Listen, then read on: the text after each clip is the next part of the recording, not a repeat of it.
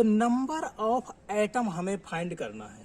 तो आपको पता होना चाहिए कि जब भी हमें number of atom, molecule, particles, इन सब चीज़ों को फाइंड करना होता है तो हम किसकी बात करते हैं? हम मोल्स की बात करते हैं। हम सबसे पहले उसका क्या निकालते हैं? मोल्स निकालते हैं, कितने मोल हैं।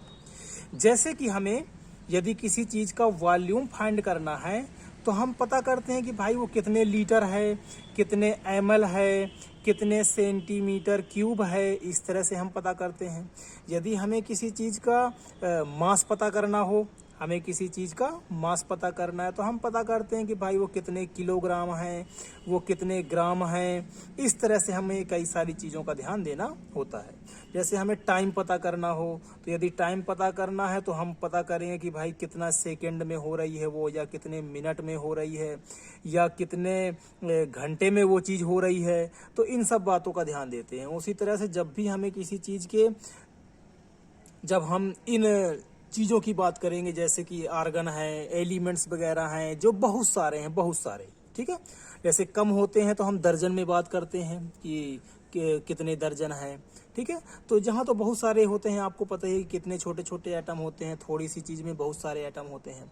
तो जब इन छोटी छोटी चीज़ों की बात करते हैं हम, तो हमें क्या पता करना होता है? मोल्स के बारे में हमें जानकारी होनी चाहिए। और एक मोल में आपको पता है कि एक मोल में कितने एटम हो सकते हैं या कितने पार्टिकल हो सकते हैं। भाई ये तो एक नंबर है, और वो नंबर तो कुछ भी हो सकते हैं। वो मॉलिक्यूल्स भी हो सकते हैं, पार्टिकल्स भी हो सकते हैं, वो नंबर ऑफ कोई आइटम हो सकता है, आइटम नहीं आइटम हो सकता है, मतलब कोई भी चीज़ हो सकती है। तो कितनी होती है एक मोल में? तो जैसे एक डोजन में सिर्फ 12 चीज़ें ही हम लेते हैं, उसी तरह से एक मोल में हम इतनी चीज़ों की बात करते हैं, इतने चीज़ों की बात करते हैं हम, इतने एटम्स, इतने मॉलिक्यूल्स या कुछ अदर।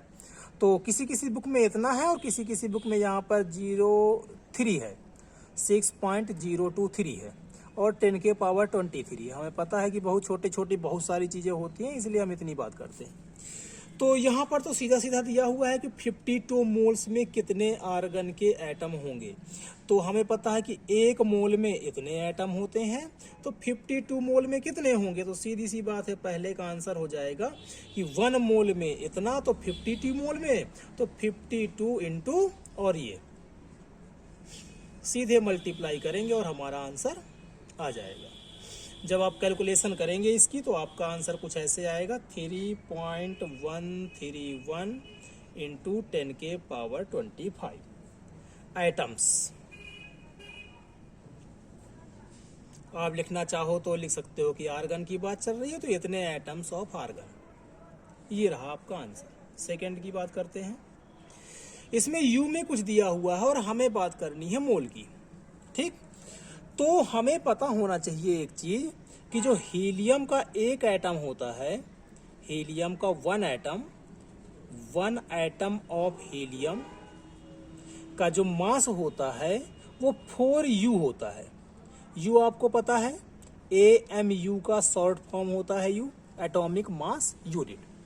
तो 1 एटॉमिक मास यूनिट को हम सिंपली u से रिप्रेजेंट कर देते हैं, और जो हीलियम का एक एटम है उसका जो मास है वो कितना होता है? 4u होता है। और यहाँ किसकी बात चल रही है? 52u की। तो हम बता सकते हैं कि एक एटम जो है, 1 एटम, तो 1 एटम का जो मास है वो कितना है? 4u है। तो 52u में कितने एटम होंगे? तो सीधी सी बात है कि 52u में एक एटम को डिवाइड कर दो तो कितने आ जाएंगे? 13 एटम आ जाएंगे। भाई एक एटम का मास 4u, तो 13 एटम का मास 52u।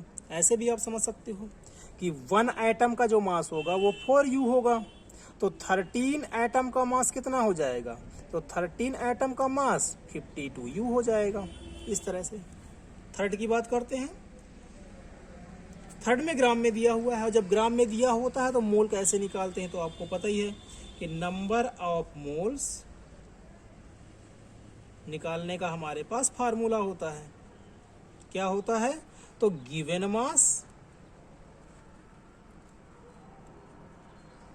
अपॉन मोलर मास, इसको बिल्कुल रट लीजिए। Given mass upon molar mass, तो गिवन मास कितना है? 52 ग्राम, और मोलर मास कितना है?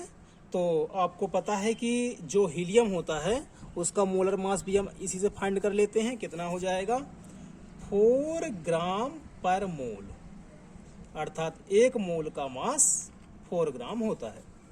तो 4 से इसको कैंसिल करेंगे तो कितना आ जाएगा आपका? 13 मोल,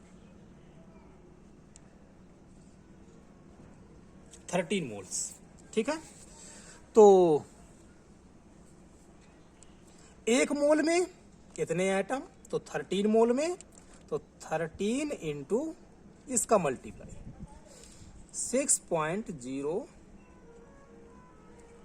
और जैसे ही आप ये कैलकुलेशन करेंगे तो जो आपका आंसर आएगा वो कुछ आ जाएगा आपका इतने मल्टीप्लाइड 10 के पावर 24 एटम्स। किसके एटम्स? तो हीलियम के। यहां भी किसकी बात चल रही थी? हीलियम।